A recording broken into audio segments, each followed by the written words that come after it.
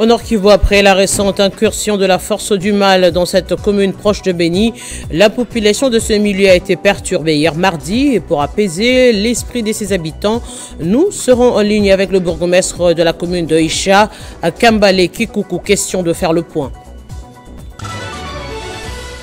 Formation antiterroriste des policiers congolais formés par des experts israéliens. Au cours de la cérémonie de clôture, Peter Kazadi appelle au professionnalisme dans l'exercice de leur métier. Et en sport éliminatoire, Jeux Olympiques 2024, les Léopards seniors dames accueillent les Banyania d'Afrique du Sud ce mercredi au stade de Martyrs sous le coup de 15 h dans le cadre du second tour. Tout va se jouer sur le mental face aux championnes du monde de football. Merci de choisir Télé 50 pour vous informer. Attaque d'Oisha au Nord Kivu.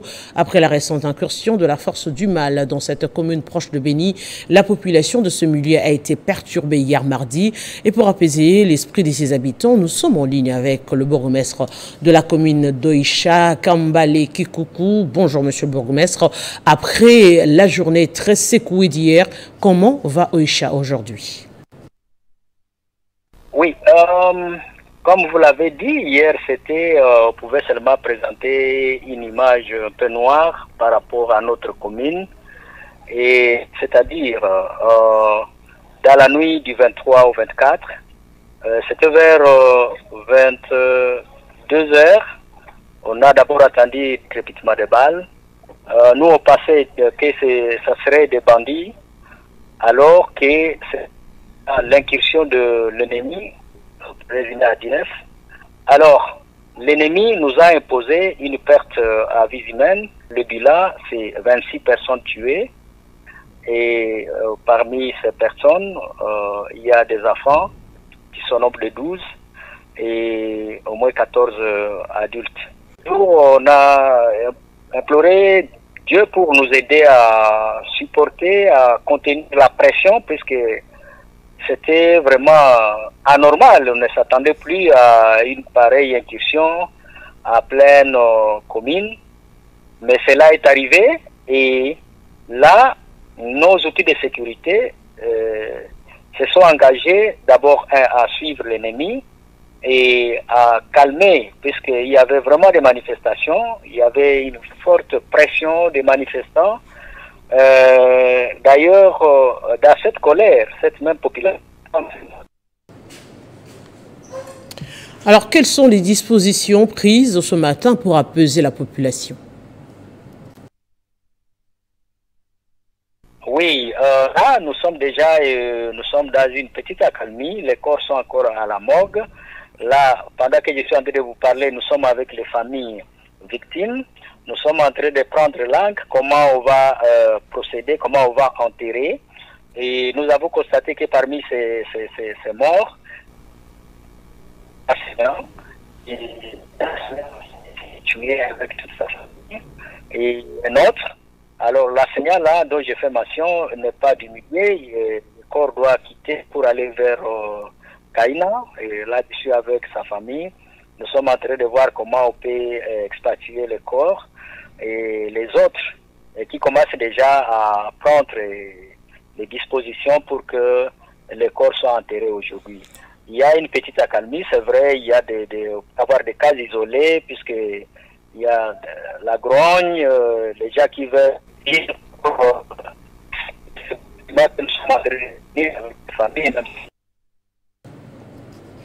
Merci, messieurs Kambale, pour toutes ces précisions et nos excuses pour la qualité, justement, de cette conversation téléphonique. Les policiers formés, je le disais en titre, par des experts israéliens à Kinshasa ont achevé leur formation portant entre autres sur la lutte contre le terrorisme et la protection des autorités et autres. Un motif de fierté pour le vice-premier ministre en charge de l'Intérieur et Sécurité, Peter Kazadi, qui au cours de cette cérémonie de clôture les a appelés à servir sous le drapeau avec honneur et professionnalisme. Christian Kalonji. Le gouvernement de la RDC, par le biais du ministère de l'Intérieur, Sécurité et Affaires coutumières, chapeauté par le vice-premier ministre Peter Kazadi, est déterminé à réformer la police nationale congolaise. C'est ce qui justifie la formation des forces spéciales de la Légion nationale d'intervention de la PNC. Ces éléments de la police ont terminé leur formation. Hier mardi, au stade Tata Raphaël à Kinshasa, ils ont pratiqué les derniers exercices techniques. C'était en présence du vice-premier ministre en charge de l'Intérieur et Sécurité, Peter Kazadi Kankonde. Plusieurs exercices techniques avec démonstrations ont été pratiqués, parmi lesquels la libération des otages, la traque des terroristes, la protection des hautes autorités ainsi que le combat corps à corps. Le vice-premier ministre en charge de l'Intérieur et Sécurité, qui a transmis les salutations du président de la République à ses policiers, s'est dit satisfait de cette formation. C'est sûr et certain qu'après 4 mois de formation, Bobaki si ba capacité physique n'abino. Et on va continuer à travailler pour améliorer vos conditions de vie. Otoyebi, ndengeni miezana moya lelo. Tozo bunda chaque jour pour que les policiers congolais soient la fierté de la République. Vous êtes une élite de la République et vous devez être fiers d'appartenir à la police nationale congolaise. Le patron de la territoriale les a appelés également à la discipline et au respect des lois du pays. En plus des capacités physiques développées, le vice-premier ministre en charge de l'Intérieur et Sécurité estime que les forces spéciales de la PNC devraient également développer le mental afin de parvenir à résister devant n'importe quelle circonstance. Il faut noter que cette formation a duré 4 mois. Elle a été assurée par les experts israéliens. Processus électoral, la Commission électorale nationale indépendante a procédé au lancement des accréditations des témoins des différents partis et regroupements politiques, des journalistes et observateurs nationaux et internationaux. D'après le communiqué rendu public, cette opération a débuté depuis le 23 octobre et va se clôturer le 5 décembre 2023. Ceci concerne les élections présidentielles, législatives, provinciales, urbaines, municipales et locales. Présidentielle de 2023, après Constant Moutamba, Rex Kazadi, c'est le tour de Martin Fayulu de répondre à l'appel de l'appartement de la société civile et des ONG pour sauver le processus électoral. Pour la société civile, les élections ne doivent pas embraser le pays. Elles doivent, par contre, contribuer au renforcement de la cohésion sociale et nationale. Plus de détails dans cet élément. Après le dépôt de l'acte d'engagement à la Commission électorale nationale indépendante, les réseaux Pona Congo poursuit avec les signatures du contrat social Congo Tolingi. Les politiques vont passer les uns après les autres pour signer un contrat social, signe de leur engagement envers le peuple congolais. C'est une occasion pour les candidats qui veulent convaincre la population de s'engager à respecter les préoccupations de ces dernières et à respecter les 20 engagements qui sont repris dans le contrat social. Et c'est ça le contrat social, c'est-à-dire aller chez les citoyens à la base, discuter avec eux, connaître leurs besoins. Et c'est ce que vous avez fait. Et vous avez rendu la tâche facile pour les autres qui n'ont pas été voir les citoyens. Martin Fayulu, qui a pris comme décision de défendre les intérêts réels de la population congolaise. Les réseaux Pona Congo disent qu'ils ont vu les dirigeants de la CENI. Ils ont demandé aussi à la CENI de signer les 4 engagements qu'ils ont donnés. Et ça, c'est très important. Et eux, les jeunes, l'avenir, c'est eux. Aujourd'hui, c'est eux. Le Congo, c'est eux. Ils veulent corriger les erreurs du passé. Ils ont saisi la balle au bon. 3 cycles électoraux, rien de concret, de bon ne s'est passé. Et ils se sont dit, il faut changer de paradigme. Et ça, pour moi, j'ai dit chapeau. Il s'agit de prendre l'engagement solennel de promouvoir un leadership politique réformateur et transformationnel, la bonne gouvernance axée sur la réduction sensible du train de vie des institutions publiques, la lutte contre la corruption, le détournement des deniers publics et un combat acharné contre l'injustice sociale et l'impunité. Dans l'actualité également, le comité de l'Union nationale de la presse du Congo, UNPC section Kinshasa, a visité hier mardi la rédaction de la radio-télévision nationale congolaise RTNC dans le cadre d'une opération d'itinérance médiatique dénommée Tambola Solola Oyeba. C'est la rédaction de la RTNC qui a reçu les lancements de l'opération Tombola Solola Oyeba, une série d'itinérance et visites guidées à impact administratif, technique et social visible consistant à la socialisation de tous les membres quant aux diverses étapes, péripéties et pertinences liées à la tenue à Kinshasa du congrès extraordinaire de l'UNPC. Cette visite avait aussi l'objectif de sensibiliser les journalistes de Kinshasa à respecter les prescrits du dernier communiqué de l'UNPC, martelant sur l'interdiction formelle de la campagne électorale précoce. D'abord, je tiens à remercier la haute direction de la RTNC qui a accueilli aujourd'hui le comité sectionnaire de l'UNPC Kinshasa. Comme vous le savez, nous sommes quasiment au grand complet ici. Et la direction nous a reçu ici, le directeur à côté de nous, pour recevoir pour la première fois la section de Kinshasa qui est venue faire l'économie des textes légaux et réglementaires qui aujourd'hui préside à la direction de la presse de notre pays. L'UNPC, qui est le cadre fédérateur de tous les journalistes de la RDC, a désormais de nouveaux textes sur base de la nouvelle loi Mouyaya, prépare en ce moment le prochain congrès extraordinaire qui va permettre à notre métier de définir les textes légaux, les conditions d'accès à ces métiers, mais aussi la manière de régir. Accompagné de son comité, Jean-Marie Kassamba a été chaleureusement accueilli par les journalistes membres de cette rédaction avec qui il a eu des échanges francs et directs. Le directeur des informations, Oscar Mbalkaïj, n'a pas pu cacher sa joie, celle de recevoir l'UNPC Kinshasa dans ses murs. Grand de notre joie de recevoir la section de l'UNPC Kinshasa que dirige Jean-Marie Kassamba. En fait, il nous a amené les textes légaux et réglementaires pour l'exercice de notre profession, n'est-ce pas? Nous-mêmes, nous avons assisté, nous avons pris part aux états généraux de la presse organisés au centre Nganda et à la remise justement de tous les outils qui sont sortis de ces états généraux à Béatrice Hôtel. Et notre travail, présentement, sera celui de vulgariser ces textes à la base. Selon les présidents JMK, cette tournée de rédaction des différents médias de Kinshasa qui va aller jusqu'au week-end prendra en compte toutes les entreprises de presse de toutes natures confondues, notamment audiovisuelles, presse écrite et médias en ligne. Le monde célèbre le 24 octobre de chaque année la journée pour l'éradication de la poliomyélite. À Kinshasa, le gouvernement, le Rotary Club et l'ensemble des partenaires se sont réunis pour évaluer le progrès accompli et le travail qui reste à faire sur le plan mondial. Et depuis 2010, la poliomyélite est déjà éradiquée à 99,9%. La sensibilisation à la vaccination reste de mise afin de parcourir le kilomètre restant. La journée mondiale contre la poliomyélite constitue une opportunité pour les défenseurs de la santé publique, les gouvernements, les membres du Rotary et tous ceux qui souhaitent voir un monde sans polio se rassembler, de reconnaître les progrès réalisés et passer à l'action pour en finir avec la maladie.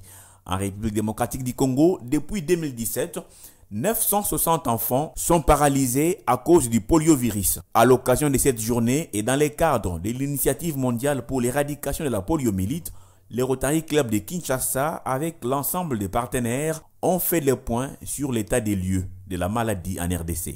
Nous avons remarqué que les enfants, parfois nés correctement, au bout d'une année, 2 années, ils étaient paralysés. On s'est posé la question de savoir pourquoi. On a mené des études, on a vu qu'il y avait cette maladie-là qui menaçait. Selon les statistiques présentées au cours de cette activité, il est retenu que grâce à la vaccination, le nombre de cas de poliomyélite a baissé de 99,9% dans le monde. Pour ce qui concerne la RDC, il est noté qu'il y a 2 variants qui circulent, notamment le poliovirus variant de type 2 qui a commencé depuis 2017 et le poliovirus variant de type 1 qui est intervenu depuis 2022. Il faut donc continuer à sensibiliser les parents. En RDC, il faut continuer à éduquer les familles, surtout nos mamans, à vacciner les enfants. Pour rappel, cette journée mondiale a été décrétée pour sensibiliser et rappeler que la poliomyélite reste encore un problème de santé publique. À la tête d'une forte délégation, Jean-Luc Mélenchon, ancien député à l'Assemblée nationale française et au Parlement européen, est arrivé à Kinshasa. Sa visite dans la capitale congolaise s'inscrit dans le cadre de la promotion de son livre intitulé « Faites mieux vers la révolution citoyenne ». L'opposant au président français Emmanuel Macron et leader de la France insoumise prévoit également une rencontre avec le président Félix Tshisekedi. On l'écoute dans cet extrait choisi par Samuel Bokele. Je suis invité de l'université de Kinshasa pour présenter le livre Faites mieux. Je suis venu, on n'allait pas venir ici comme ça. Nous venons en groupe, nous allons travailler en groupe. Ce voyage a été travaillé, préparé longuement. Et bon, moi je vais aller à la rencontre de l'université, je vais aller dans la mangrove parce que j'ai mes propres thèmes, eux feront leur démarche de leur côté. Et puis, j'ai l'honneur d'être reçu par les autorités de ce pays. Alors, j'en suis extrêmement heureux, très honoré. Et alors, on m'a dit, mais comment tu viens là il y a des élections, est-ce que tu te rends compte qu'il va y avoir un problème? Quel problème? Il n'y en a pas, je n'ai pas l'intention de me mêler des élections ici, ni d'une quelconque manière de la politique. Je pense qu'on n'a pas besoin de moi pour ça ici, ni de mes camarades. Voilà, donc nous venons plus modestement rencontrer, apprendre et plus ambitieusement commencer un dialogue avec la société congolaise pour comprendre comment elle sait se déployer. Retour triomphal du gouverneur Afani Idrissa Mangala dans sa province après 3 semaines passées à Kinshasa, la capitale. Le chef de l'exécutif provincial du Maniema, à travers son message invité à la population à s'unir autour du président de la République, Félix Antoine Tshisekedi Tshilombo, qui prône le bien-être de la population partout dans le pays. En mission officielle depuis près de 3 semaines à Kinshasa, le gouverneur du Maniema, Afani Idrissa Mangala, a enfin regagné la ville de Kindu où les habitants lui réservaient un accueil chaleureux. C'est le ministre de l'Éducation, Eleko Lungundu, qui a conduit la délégation d'accueil du premier citoyen de la province. Il était accompagné des membres du Conseil provincial de sécurité, ceux du gouvernement provincial, les cadres de l'administration publique et plusieurs notabilités de la province. En présence du vice-ministre du plan Omana Bitika Pascal, le gouverneur Afani Idrissa Mangala a été contraint par la foule de marcher à pied dès l'aéroport de Kindu en passant par les grands boulevards jusqu'à sa résidence officielle. Ici, le gouverneur du Maniema a appelé la population à ne pas rester distrait car le trait des élections est déjà sorti de la gare et plus rien ne peut l'arrêter. Le chef de l'exécutif provincial a invité la population du Maniema à s'unir autour du président de la République, Félix Antoine Tshisekedi Tshilombo, pour l'achèvement des projets qu'il a initiés en faveur du bien-être social des Congolais. On ne peut pas accepter que ces gens continuent à se battre au moment où le pays fait face à une agression ignoble. Parlant des affrontements qui ont eu lieu au sud du Maniema entre 2 fractions Mai Mai Malaika, Afani Idrissa Mangala invite les 2 leaders à la paix et au patriotisme en se reliant derrière les Wazalendo pour booster dehors l'ennemi de la République démocratique du Congo. Au Nord Kivu, lancement mardi dans la ville de Goma des travaux de construction du poste frontalier de la Petite Barrière. Ce vaste programme du gouvernement congolais vise à améliorer les conditions dans lesquelles le commerce transfrontalier se fait, faciliter la gestion du flux et restaurer la paix. C'est le ministre d'État et ministre des Infrastructures, Alexis Guizaro, qui a posé la première pierre pour ces travaux financés par la Banque mondiale. Pacheko Kavundama. C'est dans le cadre du projet de facilitation du commerce dans la région des Grands Lacs, en sigle PFCGL, que le ministre d'État et ministre des Infrastructures Alexis Guizaro a fait la pose de la première pierre pour la construction du poste frontalier de la Petite Barrière à Goma. Nous tenons absolument à améliorer les conditions dans lesquelles le commerce transfrontalier s'effectue ici, particulièrement pour les petits commerçants, ainsi qu'un accent sera mis en particulier pour les femmes. Vous savez qu'elles sont porteuses d'une grande partie du commerce ici et l'érection de ces infrastructures transfrontalières permettront non seulement de pouvoir mieux gérer le flux, ça permettra une réduction du temps. Au nom du gouverneur des provinces ad intérim, Maître David Kamoua, son conseiller en matière de finances, a souligné que la construction de ces postes était une nécessité vu la position stratégique qu'occupe la RDC dans la région. Ces travaux sont financés par la Banque mondiale. Son directeur pays précise qu'une fois achevé, ce poste pourra faciliter la tâche aux services qui y travaillent. Ce poste frontière, qui n'a de petit que de nom, est essentiel à plus d'un titre. D'abord, en raison du brassage des peuples voisins qu'il favorise, et vous verrez qu'avant Covid, le nombre moyen de personnes traversant la frontière était de plus de 60 000 par jour. Notons que ces travaux sont exécutés par la Société Générale Congolaise pour une durée de 9 mois. Au Libéria, le deuxième tour de la présidentielle opposera le 14 novembre le président sortant Georges Weah et son challenger Joseph Boakai, arrivé au coude à coude au premier tour avec respectivement 43,83% et 43,44% de voix, selon les résultats finaux donnés mardi par la présidente de la commission électorale. Peu avant l'annonce des résultats, le porte-parole du parti de l'unité de Boakai, Mohamed Ali, avait déclaré que son parti était prêt à livrer campagne pour le deuxième tour, bien qu'il dénonce des irrégularités concernant la prise en compte des votes invalides et des problèmes d'identification des électeurs au premier tour. La commission électorale a quant à elle indiqué une participation historique et record de 78,86% le 10 octobre dernier lors de ce scrutin qui s'est déroulé sans incident majeur et avait été salué par les observateurs internationaux. Aucun des 18 autres candidats n'a obtenu 3% de voix. Ces duels qui s'annoncent indécis entre... En sport, les Léopards dames reçoivent cet après-midi les Banyana d'Afrique du Sud en match comptant pour le deuxième tour aller des éliminatoires Jeux Olympiques Paris 2024. Les Congolaises vont jouer ce match avec un mental secoué suite au non-paiement de leurs primes. Elles ont refusé même de s'entraîner pour exprimer leur désarroi. Ces léopards dames risquent de devenir en victime expiatoire face aux Banyana d'Afrique du Sud. Cet après-midi au stade de Martyrs de la Pentecôte, les Congolaises ne se sont pas entraînées pendant 2 jours pour cause les non-paiements de leurs primes à l'issue de la double confrontation contre les Amazones du Bénin. Elles ont passé tout leur temps à réclamer leurs primes en lieu et place de s'entraîner.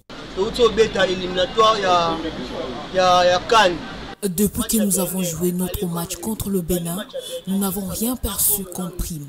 Dans l'entretemps, on nous a convoqués pour venir jouer ce match contre l'Afrique du Sud pendant que nos primes ne sont pas encore payées.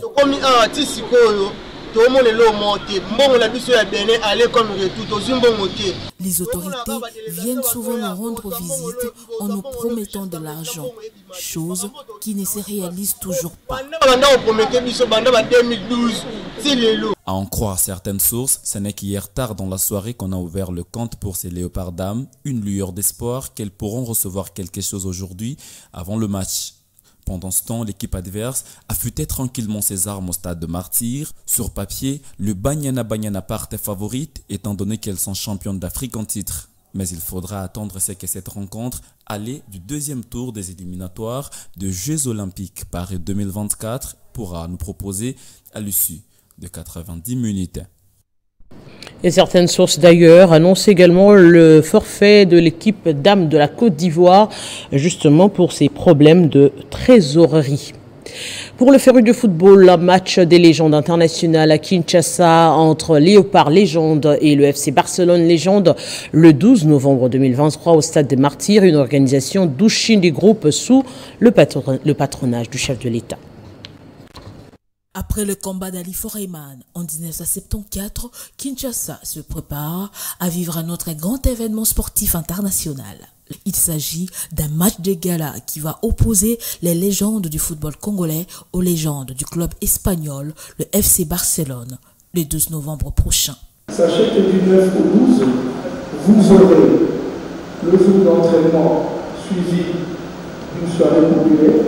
Vous aurez le jour de signature photographe suivi de la soirée de gala, une grande soirée de gala qui se passera ici même dans la salle Atlantique. Sachez que la salle Atlantique que vous voyez est beaucoup plus vaste, donc elle peut aller jusqu'à 600 personnes.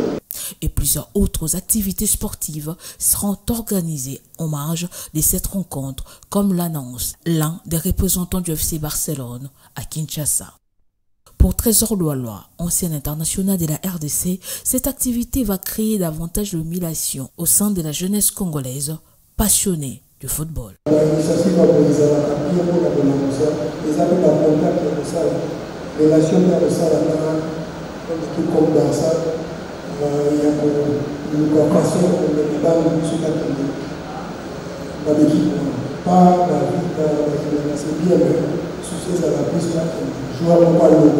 Ça fait du bien qu'on voit quelqu'un comme Chancel, l'équipe a joué de pourquoi pas que tout le monde soit comme ça, Au total, 35 légendes de football seront attendues pour ce match qui sera précédé de 2 séances d'entraînement au Stade des Martyrs de la Pentecôte. Et en attendant, nous ici, on prend le rappel des principaux titres. Au Nord Kivu, après la récente incursion de la force du mal dans cette commune proche de Beni, la population de ce milieu a été perturbée hier mardi et pour apaiser l'esprit de ses habitants, nous avons été en ligne avec le bourgmestre de la commune d'Oisha, Kambale Kikuku, qui a fait le point. Formation antiterroriste des policiers congolais formés par des experts israéliens au cours de la cérémonie de clôture. Peter Kazadi appelle au professionnalisme dans l'exercice de leur métier. Éliminatoire Jeux Olympiques 2024, les Léopards Seniors Dames accueillent les Banyania d'Afrique du Sud ce mercredi au Stade des Martyrs sous le coup de 15 h dans le cadre du second tour. Tout va se jouer sur le mental face aux championnes du monde. Restez avec nous pour la suite du journal.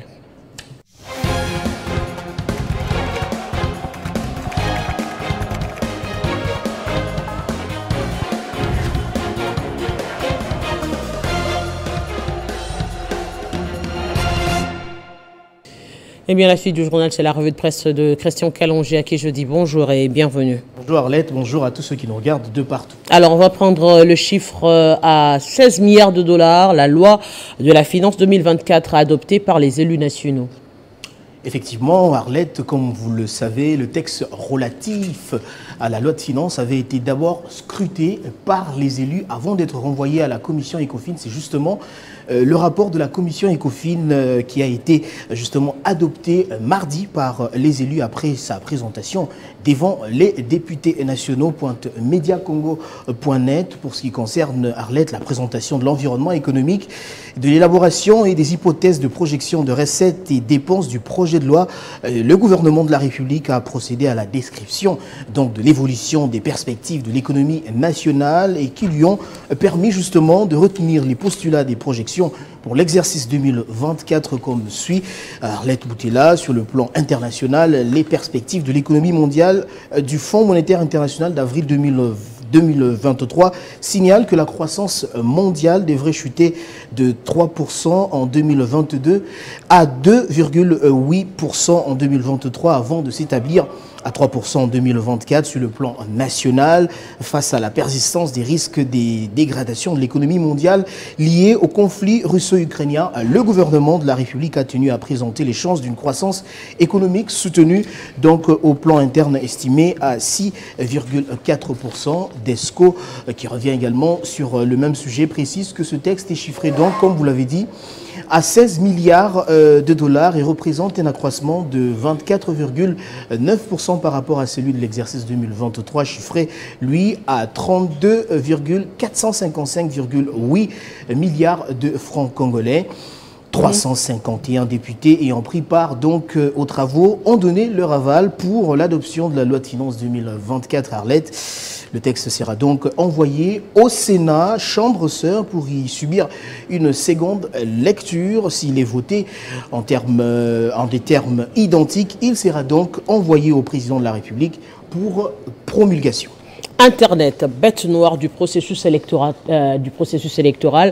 titre interrogatoire du journal Les Défis Congolais. Comme vous l'avez dit, c'est le titre qui fait la une du journal Les Défis Congolais aujourd'hui, qui s'interroge sur l'influence que peut avoir l'Internet sur le processus électoral en République démocratique du Congo. Internet, bête noire du processus électoral, c'est donc la grande question que se pose ce quotidien d'information qui reprend les propos d'un haut cadre de la centrale électorale. Je cite: notre crainte à la CENI est de voir un fake news se propager sur la toile, puis entraîner des mouvements qui conduisent à la destruction de certains de nos bureaux. Ce journal donne l'exemple de ce qui est arrivé en 2018 au lendemain des élections générales. L'Internet était coupé puisque les internautes commençaient à diffuser sur Twitter et WhatsApp les résultats des dépouillements de vote de certains bureaux. Les Défis Congolais parlent également de ce qui est arrivé aux États-Unis avec les troubles au Capitole déclenchés par les partisans de Trump. Les réseaux sociaux ont été effectivement mis à contribution pour la déstabilisation donc du Capitole. Si aux États-Unis, un pays qui ne vit pas l'instabilité sécuritaire de la RDC, l'emblème de sa démocratie, a vécu le chaos, beaucoup d'observateurs s'interrogent sur ce qui pourrait arriver à la RDC si le gouvernement ne prend pas des meilleures mesures au-delà des bonnes intentions du CESAC, écrit le Défi Congolais. Arlette, je pense qu'à l'ère des nouvelles technologies de l'information et de la communication, il y a lieu de prendre des mesures sévères pour lutter contre l'intox. Et justement, la centrale électorale devrait également renforcer ce partenariat avec les médias et médias en ligne, à question justement de relayer à chaque heure, à chaque minute, l'info réelle pour faire face à l'intox. Comme vous l'avez dit. Grand merci à vous, Christian Kalonji, pour cette sélection. Et à vous, aimables téléspectateurs, c'est un réel plaisir de partager ce moment avec vous. Notre plaisir est de vous retrouver très prochainement sur Télé 50, bien sûr.